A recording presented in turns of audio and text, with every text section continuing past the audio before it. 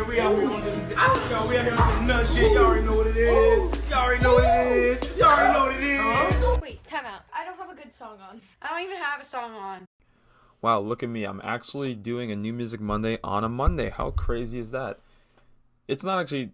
Well, it's good that I'm doing this, but then as I was setting up to record this, I realized that I didn't post the YouTube version of Thursday's podcast on Thursday. I completely forgot to do that. I ran up to Penn State on Thursday for the weekend, and I just completely forgot to upload it, the podcast to YouTube. So if you're listening to this, if you listen to this podcast on YouTube, sorry.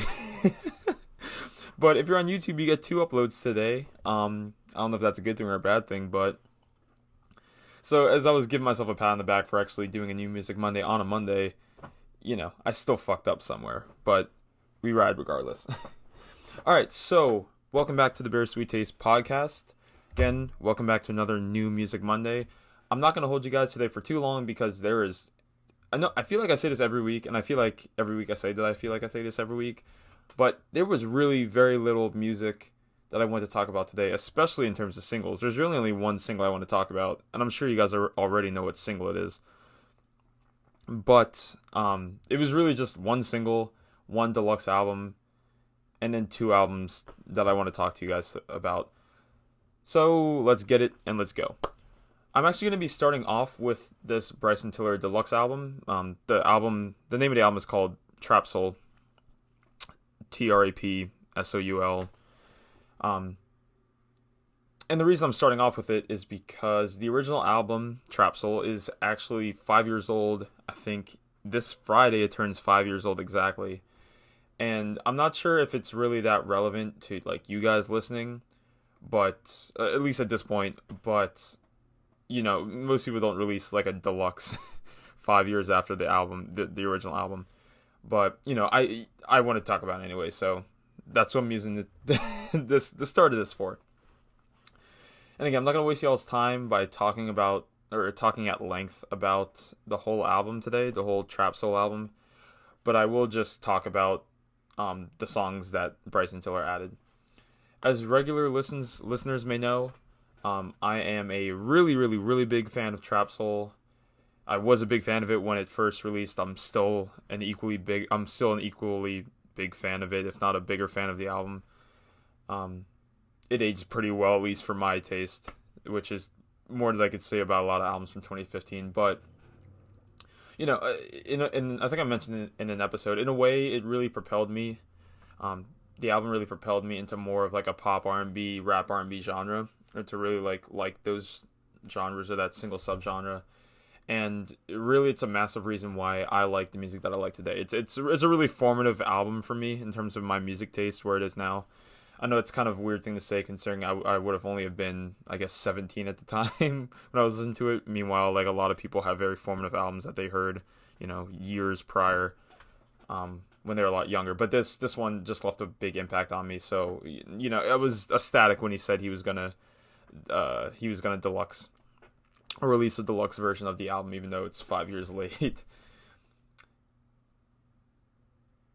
And I believe it truly is a really great album, and I fully encourage everyone to either go check it out if you haven't heard it yet, or if you have heard it, definitely go back and listen to it with these 3 new songs.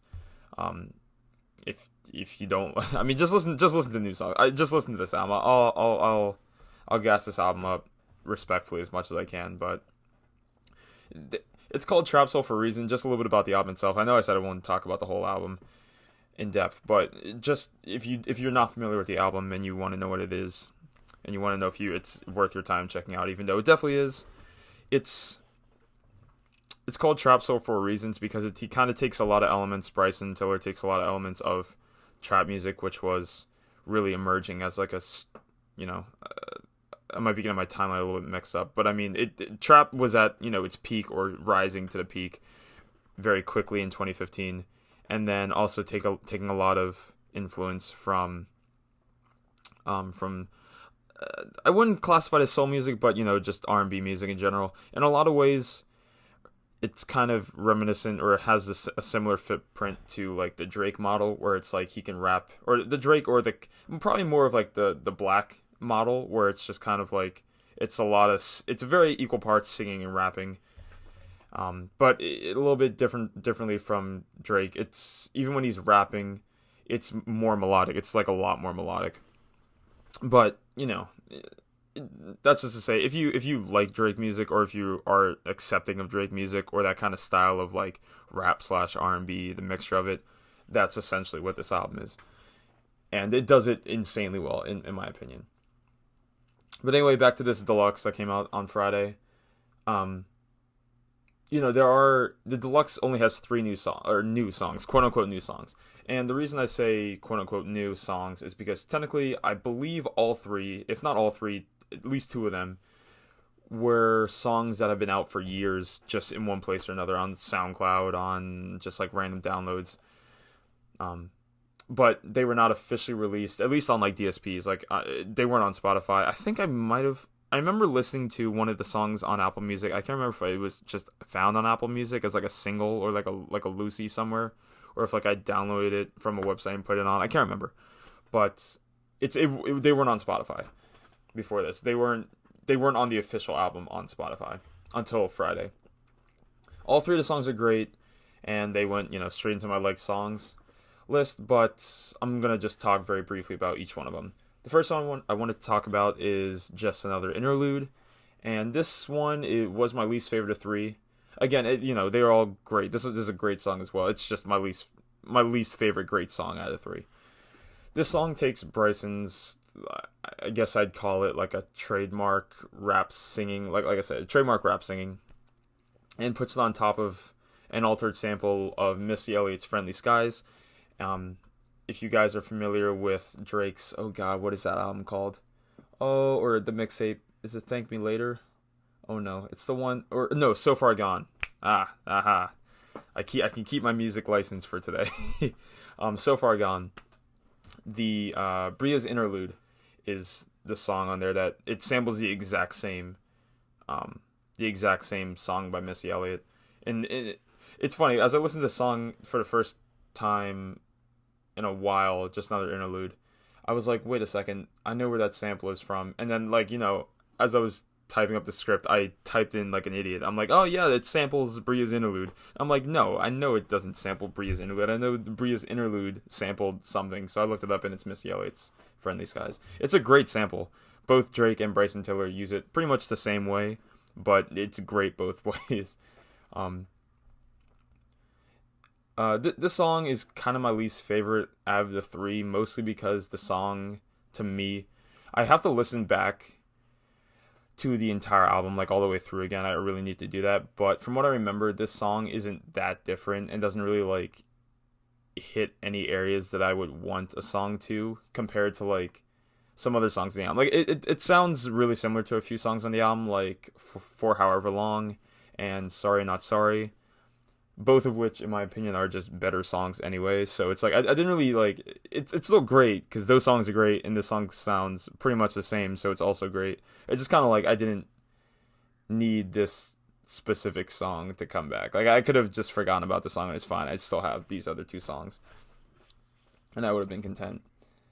Next song I want to talk about is Self-Righteous, and I wanted this song on streaming for so long. Again, I can see the album artwork on my Apple Music, on that Apple Music overlay. I just can't remember how it got there. So it might have been on Apple Music at some point, but I just wanted it to be part of the entire album for so long.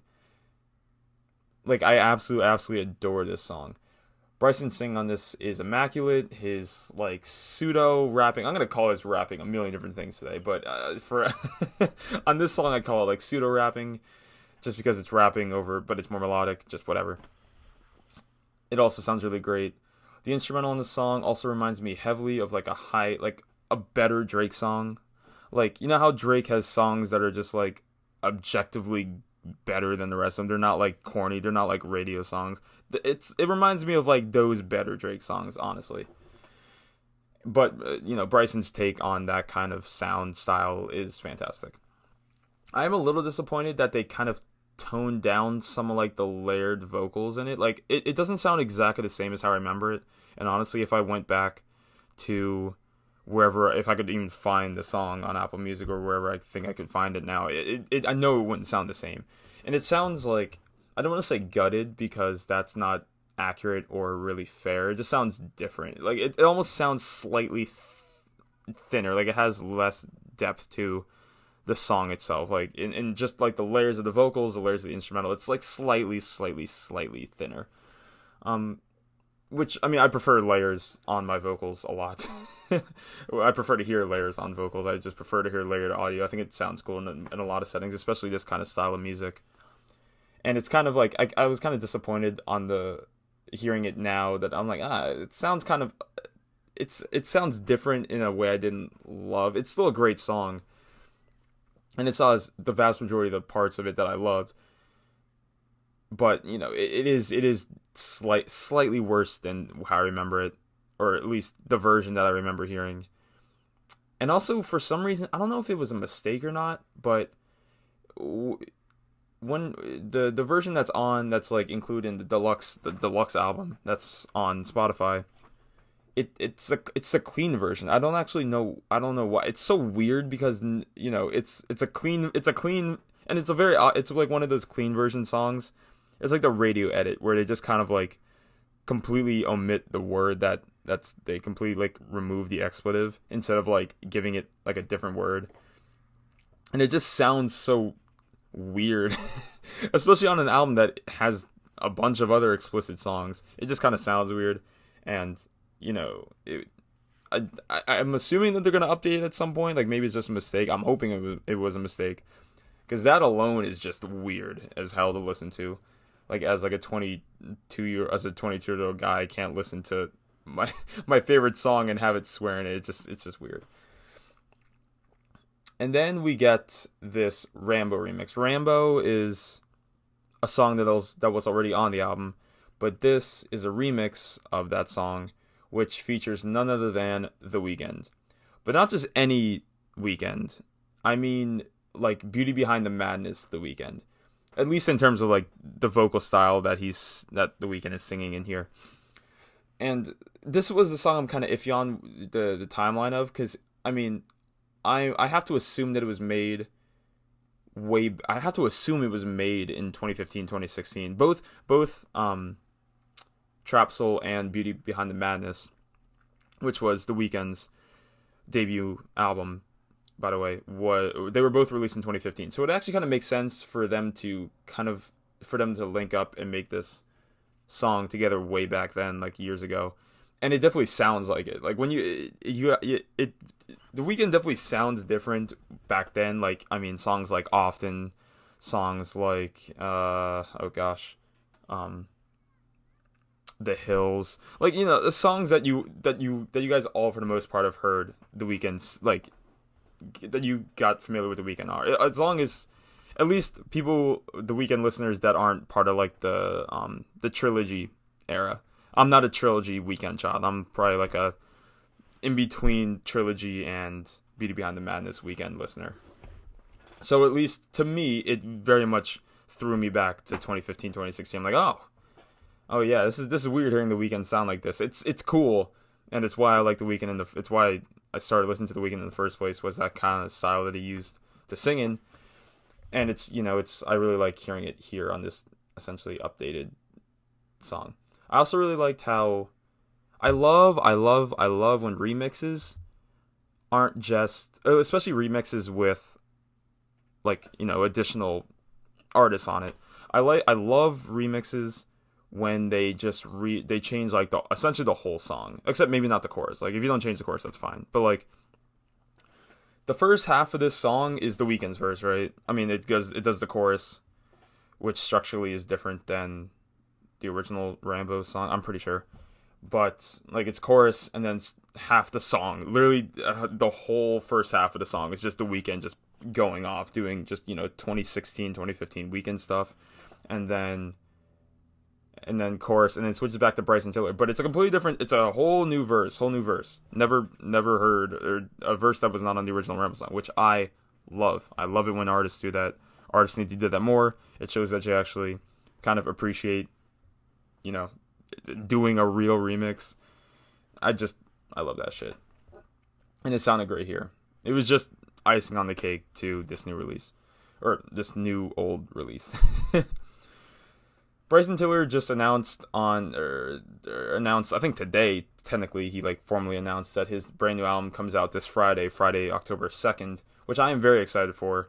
I'm not sure if you guys can tell based on the last 2 singles that he came out with, my opinion on them, but I am very excited to see what this album sounds like, especially because his last one wasn't great, and like I said, the first one, TRAPSOUL, was amazing. So I'm very excited. I want to see where he's going, and I really liked how he used. I like how this is his promo. I like how his promo is to essentially give the fans what they wanted. Granted, it's 5 years late at this point. But I like how he's like, oh yeah, hey, remember my great album that all you guys liked? Here are some songs that you guys liked that didn't make the official album, and I put them on, and I gave it to you guys as promo for my new album that's coming out a week later. I like that. I think that was cool. I appreciated that. And yeah, so that does it for Bryson Tiller's Deluxe. Alright. I gotta take a swig of water before I get into this because we're talking about this new Travis Scott song. Whew. All right. Well, actually, no, I'm not gonna start with that. All right. So this new Travis Scott song is called Franchise. This song had so much. I'm gonna pick up my. I'm leaning back in my chair. Maybe eventually I'll do video for this. I probably won't because I look horrible on video. But I'm literally sitting back in my chair. I'm now holding my mic close to my mouth. So if I'm fucking up the audio, I'm sorry again. But I just need to sit back because I have some strong opinions about this song. If you follow me on Twitter, you kind of have a little preview about how I feel about this. But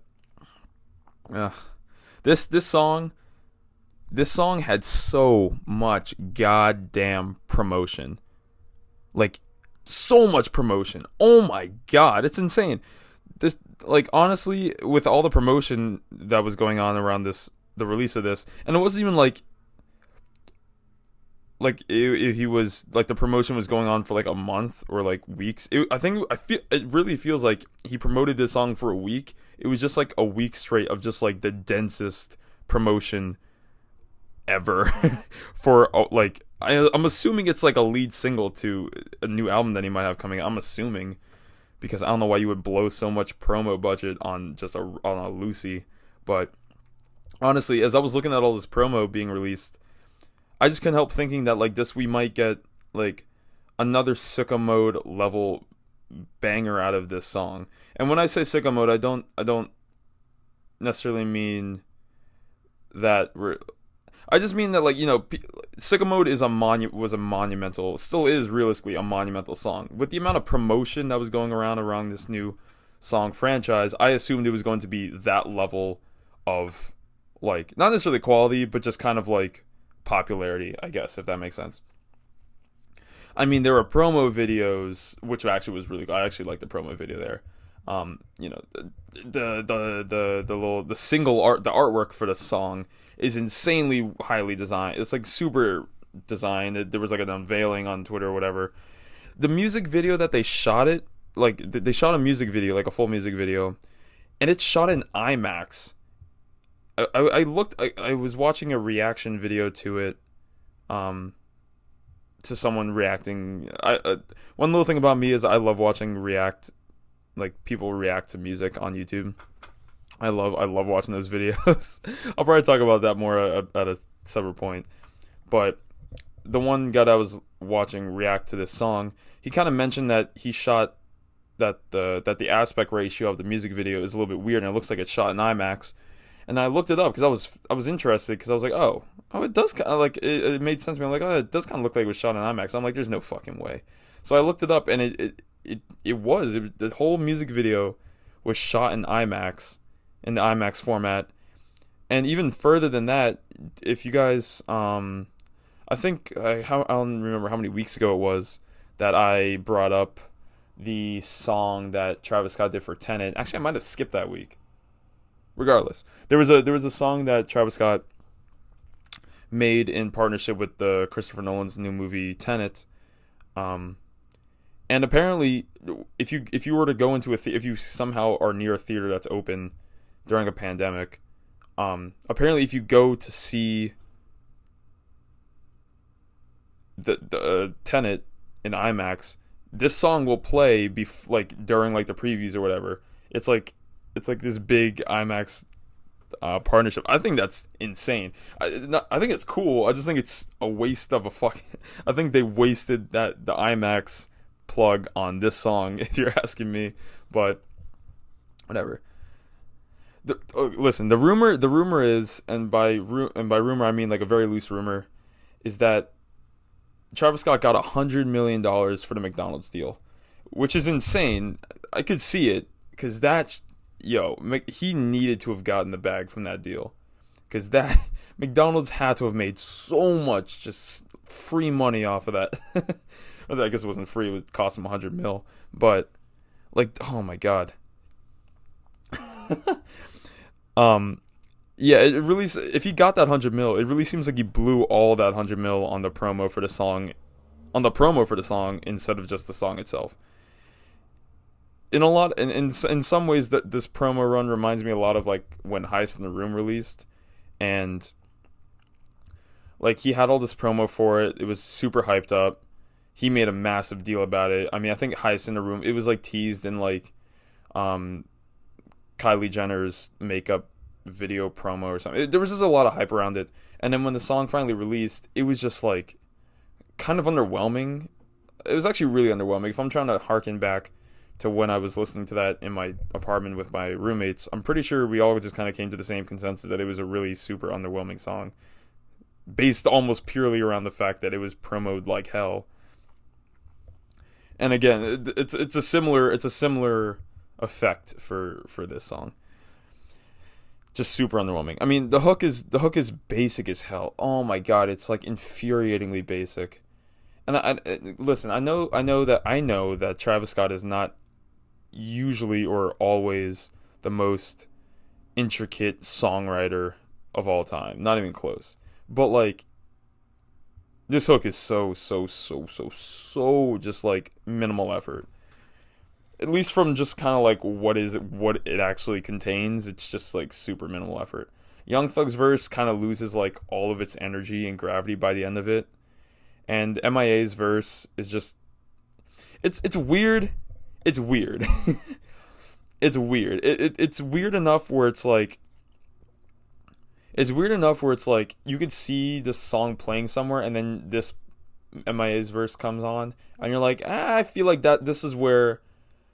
Like, MIA's verse is the part of the song where you can imagine the DJ would just transition into a completely separate song. I don't necessarily mean that in the bad way. It's just a weird verse. And like I said, at the end of the day, this song, everyone on the song is just kind of super underwhelming. And after all that hate, excuse me, and after many listens of this song since it came out on Friday, including multiple car listens, a few Beats Studio listens, and many AirPods listens, I'm here to tell you guys officially that I really like this song. I like this song a lot. I'm sorry. I'm sorry I kind of debated all you guys with that just railing of how underwhelming this song is. But and I'll get to where why I like this song a lot still. If I were to introduce Travis Scott to someone who's never heard him before or has never heard any of his music before, this song would probably be, and this might be a blasphemous statement to say, especially to Travis Scott fans. Shiv, if you're listening, you gotta hit me about this, because I know you might have. I know you probably have an issue with this statement. But again, if I were to introduce Travis Scott to someone who has never heard him before, and they asked me for a list of songs to get them started, this one would be within the 3, and if not the 3, at least the 5, and if not the 5, definitely the 10. Like, undisputed within 10 songs I would give someone who's never heard Travis Scott before. But I'm comfortable.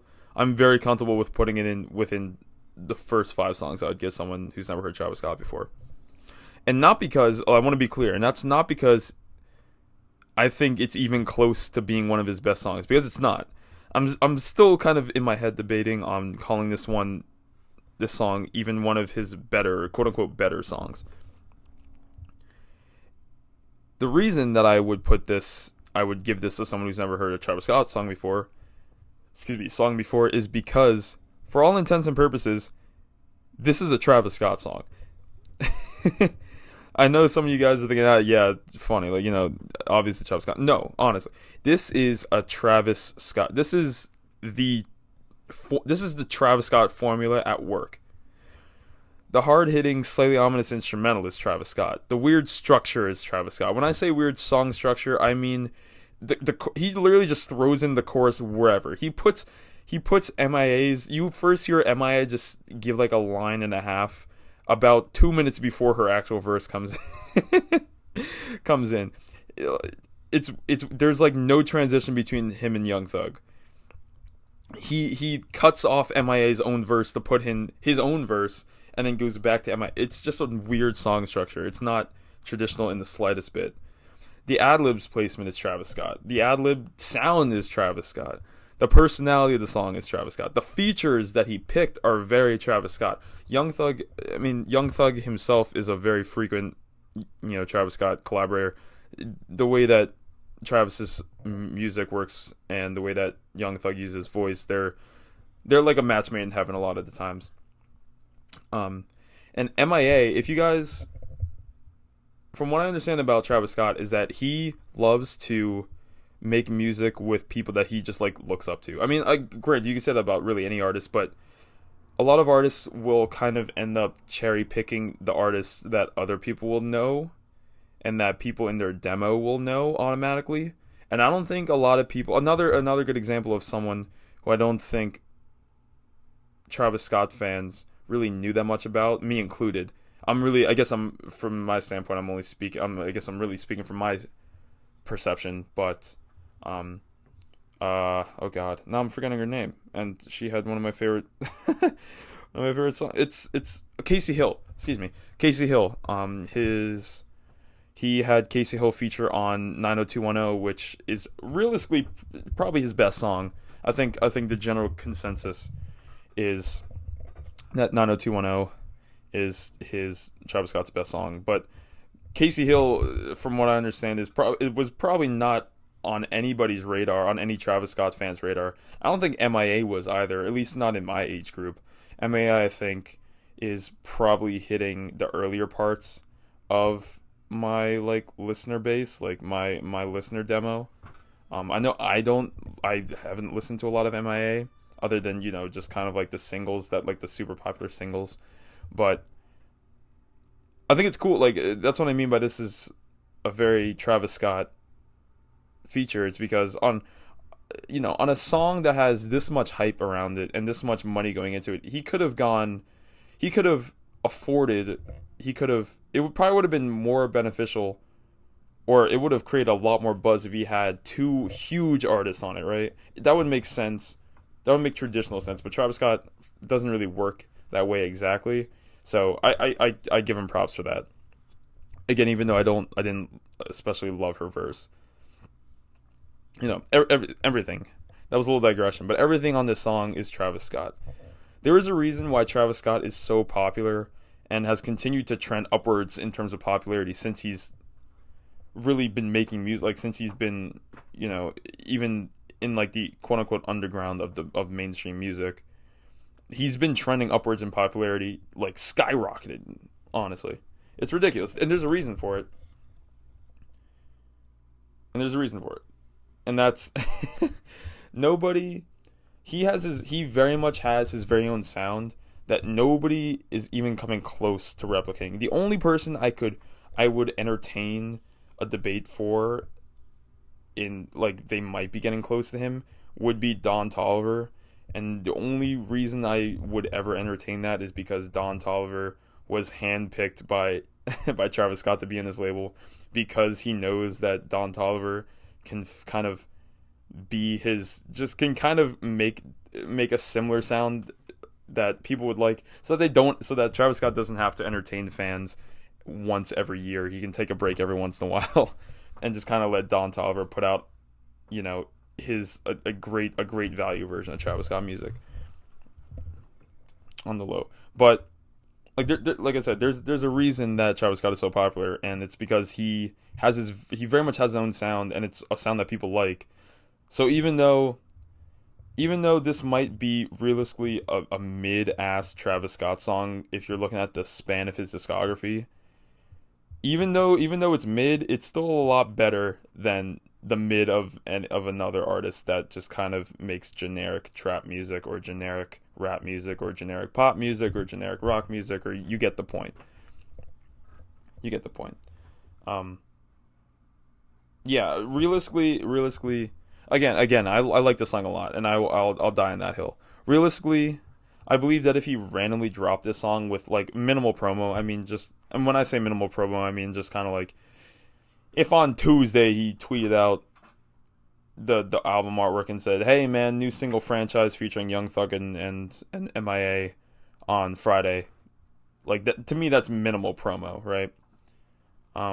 If he did that and then just didn't say shit about it, didn't hype it up, didn't put out a whole shit ton of merch, didn't link his shop with like the singles purchase and all that stuff, I think if he didn't do that, just had the minimal promo, people would like the song a lot more. But honestly, who cares?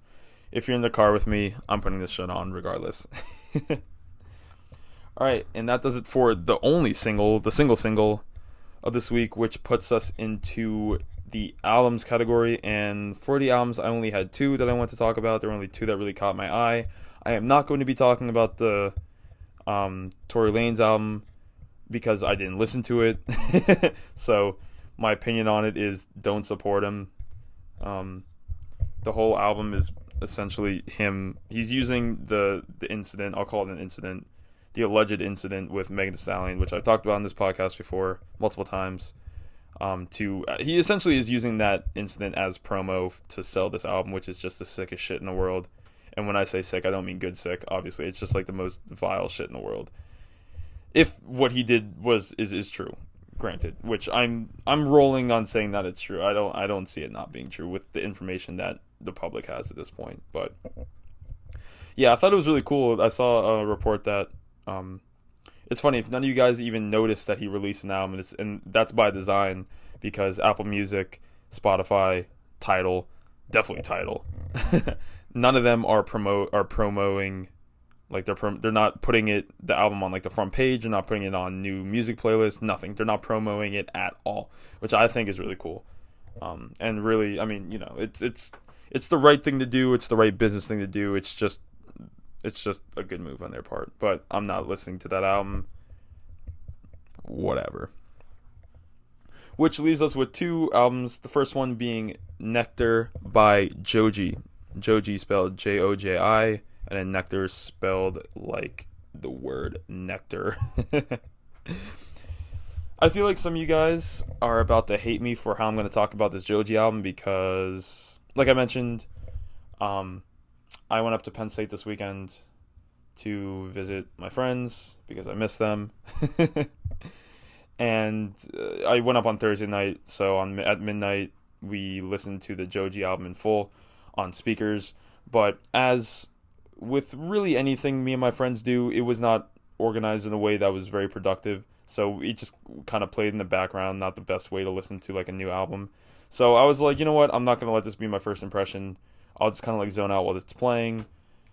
And then I'll listen to it on my own when I get home and I actually have time to just sit with it and, you know, fully digest it.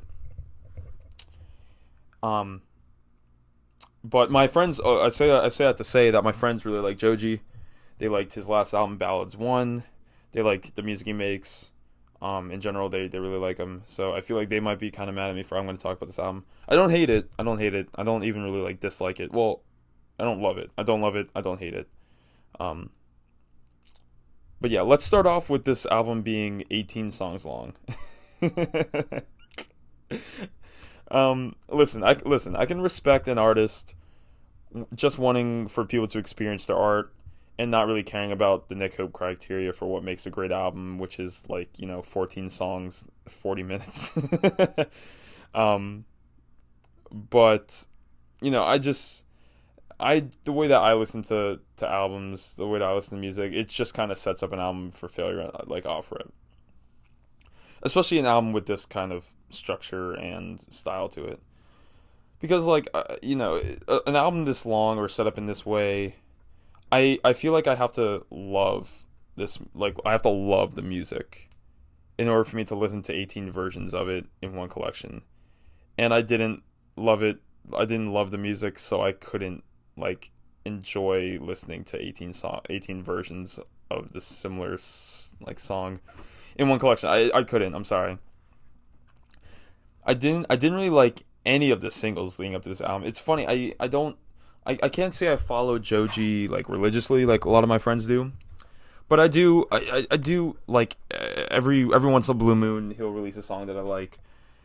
And so I'll check. So I do keep my eye out for new releases. I don't necessarily seek them out, but I do keep my eye out for it, for new releases from him. And every single single that he released leading up to this album, I disliked a good bit. And in the case of songs like "Gimme Love" and "Daylight," they just really made me feel like I heard the song in the mall or something, and I just immediately hated it. I that might be kind of disrespectful to those songs and his music in general, but I don't know a better way to describe it. Like, if the first time you hear a song is in the mall, like over like really acoustically terrible mall speakers, like, you tend to not like it. You tend to not like it off rip, especially if that's the first time you heard that song, right? And especially if you go to the same mall like once a week and the same song keeps playing. It's that's what kind of vibe these songs give me. And you can take that as harsh or as nicely as you want, but that's just kind of how that's how I hear the songs like that.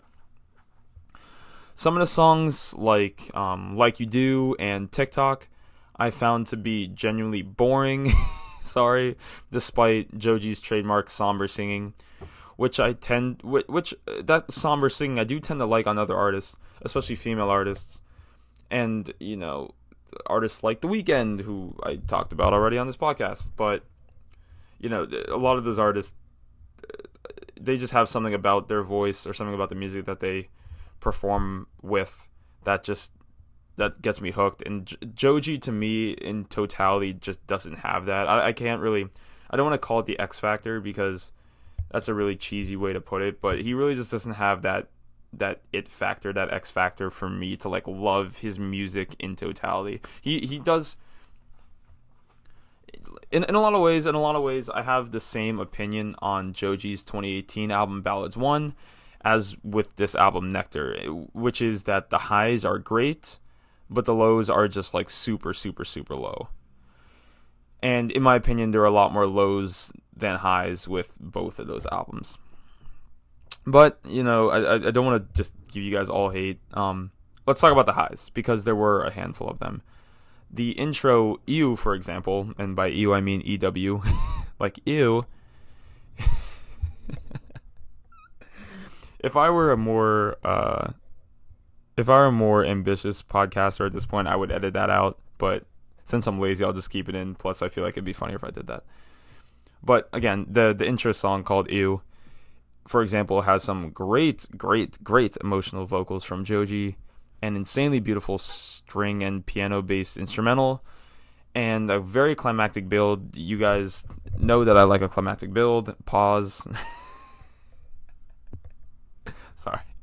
A very climactic build that actually does have a similarly climactic peak, which is just important. If your song has a lot of build and it doesn't go anywhere, it sucks. I'm sorry. The build and the payoff need to be the same, or it sounds horrible. This song, it does it perfectly. It does really well. It sounds really good. It has a good build and a good peak. It's a great intro track in general. Reanimator, which is featuring someone called I'm not gonna try and pronounce that. Just look up Reanimator. I'm not even gonna try. But the song is essentially half slow synth build and then half synth R&B pop, kind of cut down the middle like that, which I did like a lot. There's not much, it's weird. Like the first half of the song is just kind of instrumental, and then the second half is Joji actually delivering a good performance there. There's not a whole lot I want to say about it. It's a pretty simple song. It's really short. I think it's only like 2 minutes, but I liked it a good bit. But finally, I want to talk about this song called Afterthought, which features Benee, spelled Benee, who I'm sure some of you guys remember that I have mentioned her in the podcast before. I can't remember the song that I mentioned her with, but I did like that song. And listen, this song, again, it's called Aftermath, is pretty good without her, as it includes a pretty catchy beat, a pretty infectious flow from Joji, honestly. But goddamn, does she just make this song infinitely better? Infinitely better. Like she gave this song the most beautiful voice overlaid on such a more like open, more beautiful version of the original instrumental. It's great. It's fantastic. I adore this song, and it went straight, like directly. Frame 1 went straight into my favorite songs of the year list. I need to listen to more of her music, and one day I will come back here when there's a Benee album, and I'm almost 100% sure I'm pronouncing her name wrong, but one day I will come back after listening to her, like a large collection of her music, and I hope to give you guys some positive feedback on it, because of the singles that I've heard from her so far, I love her. Go check out the song. It's called Aftermath. And excuse me, after that nice little positive rant, there were a few other songs that I liked a good bit on this album, but as I said before, this project to me was vastly meh, overall, if not leaning more towards like than meh.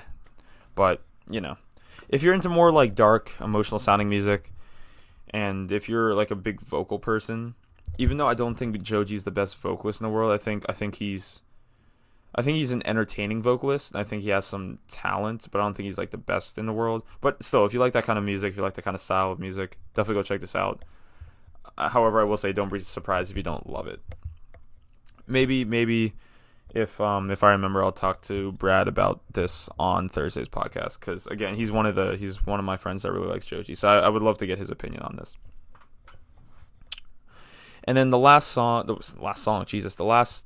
that I want to talk to you guys about today, oh my god, that's what happens when you talk for 40 minutes straight, is called Spilligion. Spelled Spilligion, Spilligion. Like religion, but with spill, just Frankenstein stapled to the front of it. Excuse me, this song, god damn. This album is 12 songs long and spans across 50 minutes. And, coming off of the conversation I just had about the Joji album, I will address that we are hitting long album territory with this one. If you notice, the 12 songs is really what kind of is the red flag, or not the red flag. It's like the white flag. The red flag is 50 minutes. The white flag is the 12 songs, which means that a good part of these songs will be long. But the way that this album is set up, it actually kind of makes sense. So while I will kind of knock it slightly, I'm not going to just knock it off. I'm not going to kick it off the cliff because of it. But anyway, this album, I said the name of the album, but I didn't say the group. This album is made by the group called Spillage Village. And Spillage Village, for any of you guys that don't know, it's... Actually, I didn't know too much about them as a group before this album came out, but it is, I guess you can call it a quote-unquote rap group that is made up of 2 Dreamville artists, one of them being Earthgang, who is made up of 2 guys. I forget their names, but I'm not. You guys know I'm not a massive Earthgang fan. I'm a decent Dreamville guy, but I'm not huge on Earthgang's music, Earthgang alone, but. It's made up of Earthgang and JID, and y'all know I will gas up damn near anything JID puts his name next to, so you can kind of guess how I feel about this album just from his inclusion alone. And what I will say to that is that that's kind of I'll say that's partially true.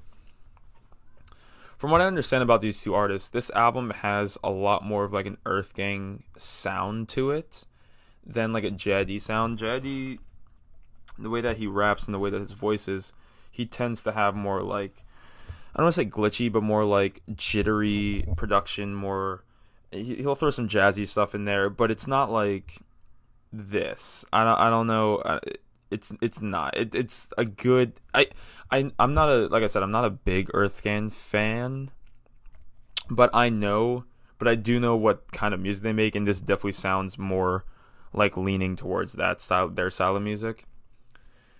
Which, realistically, if I'm thinking about it, could have been bad for me as a listener, but the little mixture, whatever like compromise, whatever like artistic compromise they came to on this album, is fantastic.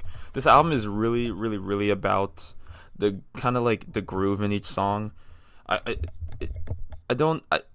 Each song is really melodic in style, and it leads to like a really pleasant listen. I have a lot of trouble calling this a rap album because, and honestly, I don't know if really anyone's calling it a rap album other than that both parts of the group of Spillage Village are technically rappers. I wouldn't necessarily call this a rap album, because there aren't really that many rap elements in it other than just kind of the occasional rap verse in a good bit of the songs, and then there might be some just kind of like some beats that would be considered more like trap or rap beats, but it's very much not a rap song, a rap album, excuse me. And I really like going back to like how I'm kind of forgiving this album for being structured in a way that I don't necessarily prefer most of the time. I do. This album has so many features on it, and like some of the songs have like 5 or 6 features on it. So it's like, and some of them like there's Ari Lennox is on here, Chance the Rapper's on here, both of which I'll talk about in a second. Black is on here, and then I believe those are the only ones that I know off the top of my head. And then there are just like a bunch. Oh, Lucky Day's on here. I think those are the only ones that I know off the top of my head. And then there are just a bunch of other features on here of people I've never heard of before, which I really, really, really appreciate. I was like putting it's hard to tell who's who, considering I really have no idea who's anyone, so I have no like reference. But I do always like being put on to new artists, especially with people who it seems like they, the artists that they picked are picked for a reason. They're not just like trying to find like the hottest rapper, in the world right now and just throw them on a track to get clicks. It actually seems like they vibe with these people, so they just picked them for that reason, and I can always appreciate that. And I hate to play this. I was kind of getting at this earlier, but I hate to play this card here. But you really do have to listen to this album because its sound is like super, super, super hard for me to articulate. And I'm sure, I'm sure someone with more music knowledge and is better at articulating how various sounds differ from one another would be able to articulate what this album sounds like. But I cannot. All I'll say is that it's really good. It's really good. It's really enjoyable to listen to. And also, this is one of those albums where I think that every single person, or the vast majority of people, can find at least one song that they like from it. At least one. It's not the most. It doesn't have the most variety. It's not like it has a ton of variety, I would say, in its styles, like each between each song. But each song is made in a way where it's just kind of like, I don't know. I feel like just a lot of people would like some part of this to some extent. So please go listen to it. Please go check it out. Again, it's called Spilligion. Excuse me. By Spillage Village. But before I leave you guys, or before I leave this album rather, I do briefly want to talk about some of the more noteworthy parts of this album, because there were a bunch. I'm only going to talk about 3, but regardless. Starting off with the song Baptized, which was a single. I think it was the only single. I didn't love this song when it was released originally as a single, but within the context of the album, it fits in perfectly, especially when I got used to being like, oh, so this is the kind of music that I'm about to listen to. it was way easier for my brain to actually like absorb what I was listening to. And yeah, and now I really like it. Now I really like it. I know when I was up Penn State this weekend, I know my friend Baba, he was playing it literally all weekend. Whenever he had the opportunity to play it, he was playing it. He loves it, and it's great. It's a really great song. Earth Gang and JID have pretty good verses here. Probably not my favorite verses from them on this album. They're still great, but I think they had better ones on the album in general. But they're still pretty good on here. But the real value for me comes from the there's a beat switch around maybe like the 4/5 mark of the song, like towards like the end of the song, and it's like a weird like dubstep-esque beat switch, which then leads into an Aunt Clements. I think it's not Aunt. Is it pronounced Aunt Clements? I'm asking nobody. I'm literally looking at my fan, asking my, and not. I don't mean like a fan that blows wind. I think it's Aunt Clements. Aunt Clements. But and his verse on here is great. I love his voice. I think he has a really cool voice. I think it's a very specific voice. You can't just throw. It's not like a Ty Dolla $ign voice where you can just kind of sprinkle it on really anything and have it work. But it's good. It's really great. Probably my favorite part of the song. It's one of my favorite parts of the album in and of itself. It's only like 40 seconds long, but it's great. Next thing I want to talk about is called Judas, and I have to extend. I want to take this time to extend a half apology to two different artists that are on this song. One of them being Ari Lennox, and the second being Chance the Rapper. Excuse me. Ari sounds great on this song. I don't know if I'm just getting more accustomed to her voice and like how like whiny it is sometimes, or I think the more likely reason is because her contribution to this song is like her contribution to the song that I talked about like, I don't know, a month and a half ago, maybe 2 months ago, with her, Skip Marley, and Rick Ross on it. And the reason I like that, her contribution on that song, is probably why I like it on this song, and that's because she's not in like the forefront of the song for a whole lot. She's only like singing by herself for like a few seconds, and even still, like the instrumental is really the strongest part of the song at that point. But when she's doing like her background vocal, she sounds great. So, you know, it is what it is. So there's my half apology for her. And then Chance the Rapper, on the other hand, off the heels of an absolute train wreck of a guest verse on Justin Bieber's Holy, which I did talk about last week, just decided to just roll out of bed and give us like a truly really good rap verse, which I definitely was not expecting. I listened to this album in full on the car ride home, and I was driving, so I wasn't like looking at the track list. And again, this is a track list has I think like 6 names on it. But so I didn't know Chance the Rapper was on this album or even on this song until I heard that stupid ad-lib that he does. I'm not gonna do it because it's horrible and I would sound even worse doing it. But the stupid like scream squeak shit that he does at the beginning of each verse or like the end of each verse, I hate it. But I didn't notice he's going to be on the song until I heard it, and then I was like, oh, great. I got like really sad because I'm like, oh my god, Chance the Rapper's going to ruin this song. This song's going great, he's going to ruin it. And he came in punching, man. He came in hot. It was actually really really really good. I'm not going to lie. But the reason I will call this a half apology is because this verse shows that Chance the Rapper has the ability to really to rap pretty well if he wants to, but at the end of the day he just resorts to putting out just like absolute bullshit about 95% of the time when he releases music. So it's like I'm still gonna hate until that ratio equals out a little bit more. But until then, we're still on a Chance the Rapper hate train. And then the last little moment I want to talk about is the song called Shiva.